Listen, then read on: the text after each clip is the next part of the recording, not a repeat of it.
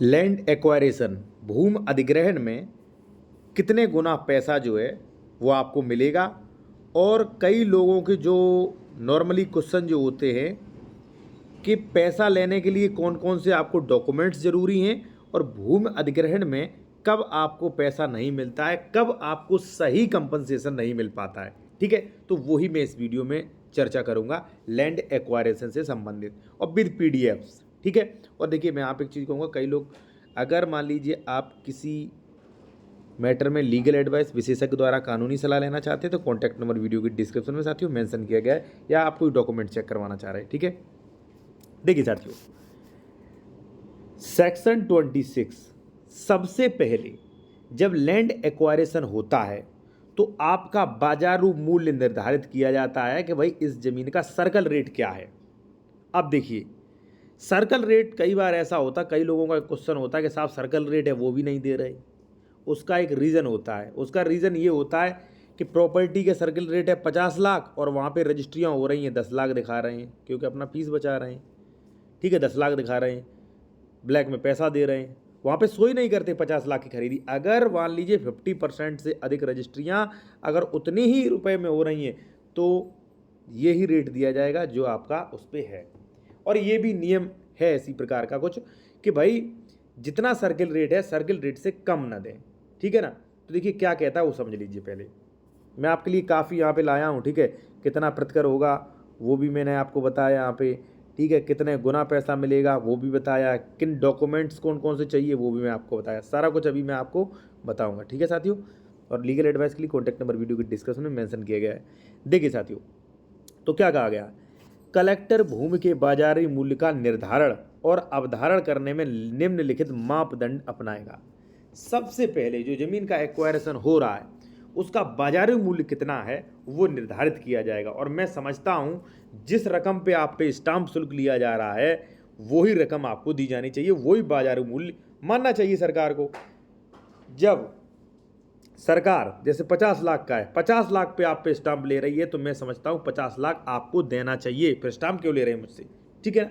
अब देखिए, अब सेक्शन 26 में कुछ रिस्ट्रिक्शन लगाए गए हैं भाई कैसे कैसे अवधारण किया जाएगा। ठीक है, तो सबसे पहले क्या होगा, बाजारी मूल्य निर्धारण। फिर क्या होगा भाई, फिर होगा तोसड़ का दिया जाना। यानी कि जैसे मान लीजिए बाजारू मूल्य आपका बना है जमीन का 1000 रुपये, तो उतने ही। अब देखिए क्या कह रहा है वो, देखिए कलेक्टर संदत्त किए जाने वाले संपूर्ण प्रकृति का अवधारण करने पर अंतिम निर्णय पहुंचने के लिए और 100% यानी कि 100% की रकम के समतुल्य तोसड़ की रकम अवधूत करेगा। यानी कि इसी का 100% यानी कि 1000 रुपये आपका हो गया तोसड़। ठीक है ना, जिसे जिसे भाई इंग्लिश में जो होता है मतलब इंग्लिश में कहते हैं अवॉर्ड। ठीक है ना, अवॉर्ड सॉलिटियम।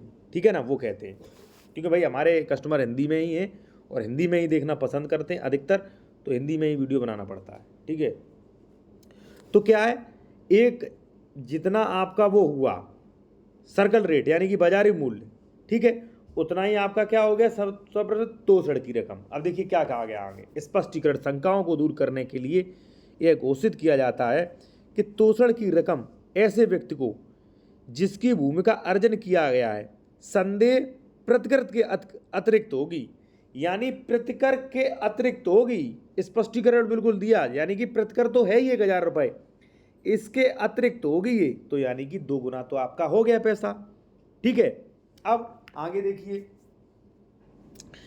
हम बात वो भी करेंगे कि जहाँ पे लैंड एक्वायरेशन मतलब आवासी करा दिया है या मान लीजिए वहाँ पे आपका वाणिज्यिक हो गया तो उसमें क्या नियम है उसका भी हम चर्चा करेंगे। ठीक है ना, तो ये भी स्पष्टीकरण कर दिया, बहुत अच्छी बात। कलेक्टर संदेह प्रतिकर की प्रविष्टियों का ब्यौरा पहली अनुसूची यथावत निर्दिष्ट प्रतिकर के संदाय ब्यौरा देते हुए पृथक पृथक अधिनिर्णय जारी करेगा। पृथक पृथक अधिनिर्णय। ठीक है, 26 के अधीन उपबंधित भूमि बाजारू मूल्य के अतिरिक्त कलेक्टर प्रत्येक मामले में उस भूमि की बाबत ऐसे बाजारू मूल्य धारा 4 और धारा 2 के अधीन सामाजिक समागत अधिनिर्णय अध्ययन की अधिसूचना प्रकाशन की तारीख से प्रारंभ होने वाले कलेक्टर के निर्णय की तारीख से भूमि कब्जा लेने की तारीख तक पूर्ववर्ती जो भी मान लीजिए पूर्ववर्ती होगा मतलब 12% जो है की दर से सगड़ित की रकम अधिनिर्णित की जाएगी। यहाँ पे 12% का और भी प्रोविज़न किया गया है। अगर मान लीजिए ये आप इन शर्तों को पूरा करते हैं, क्या कि प्रकाशन की तारीख प्रारंभ होने के बाद जब कब्जा लिया गया तो ऐसी कंडीशन के बीच का जो समय है उस पर 12% जो है उस पर लगाया गया है। ठीक है, ये तो हो गई दो चीज़ें, यानी तो 2 गुना तो इसी से हो गया आपका। ठीक है ना, चलिए और भी बात करते हैं आप। फिर है साथियों यहाँ पे कुछ साड़ी बनी है पूरी। यहाँ पे दिए गए अधिनियम के अधीन अर्जित भूमि के बाबत प्रकृत पैकेज और संगठन, मूल्य अवधारण की रीत, कैसे मूल्य अवधारण किया जाएगा, ठीक है, और उसकी तारीख, ये 3 चीज़ें साथियों यहाँ पे मेंशन किया गया है। और आप ये देख सकते हैं कि किस में कितना जो है आपका शहरी में, ग्रामीण में और उसमें जो है किस प्रकार से डिसाइड किया जाएगा। ठीक है, अब सवाल कई लोगों का आता है कि साहब उसके लिए डॉक्यूमेंट्स क्या क्या ज़रूरी हैं, और मान लीजिए कभी लैंड एक्वायरेशन में मेरी ज़मीन जाए तो वहाँ पे डॉक्यूमेंट्स क्या क्या हमारे लिए ज़रूरी होंगे। सबसे पहले तो कहूँगा साथियों, जो आपने ज़मीन की रजिस्ट्री करवाई है उसका म्यूटेशन भी करवा लें, यानी कि दाखिल खारिज करवा लें। ठीक है, क्योंकि देखिए इसमें डॉक्यूमेंट्स क्या क्या मांगा गया है। 2 फोटो, 2 रसीदी टिकट, आप अपना पहचान पत्र, मान लीजिए एक ID, पैन कार्ड, आधार कार्ड, पासबुक, ठीक है, और उक्त अराजी इस आशय से शपथ पत्र की भूमि बंधक विवाद रहित है। ठीक है, वो ये है कि सह खातेदारक का मान लीजिए अंश प्रमाण पत्र जो कि लेखपाल निर्गत कर सकते हैं। ग्राम पंचायत के प्रधान द्वारा जारी नवीन निवास मतलब जो नया आपका निवास प्रमाण पत्र है वो, और आकार पत्र 4145 अभिलेखागार से आपको मिल जाएगा। 4145 बेहद ज़रूरी होता है। मैं तो कहूँगा कि जब आप ज़मीन खरीदते हैं तो 4145 चेक करें, उसका म्यूटेशन चेक करें, डबल रजिस्ट्री अंश से विक्रय तो नहीं है वो चेक करें, इस पर कोई केसेस तो नहीं चल रहा, वो सरकारी ज़मीन तो नहीं है वो चेक करें, श्रेणी नंबर चेक करें। ठीक है, और बाकी अगर मान लीजिए कोई विशेषज्ञ द्वारा कानूनी सलाह लेना चाह रहे हैं, ज़मीन खरीदने से पहले डॉक्यूमेंट चेक कराना चाह रहे हैं, तो कॉन्टैक्ट नंबर वीडियो के डिस्क्रिप्शन में मेंशन किया गया है।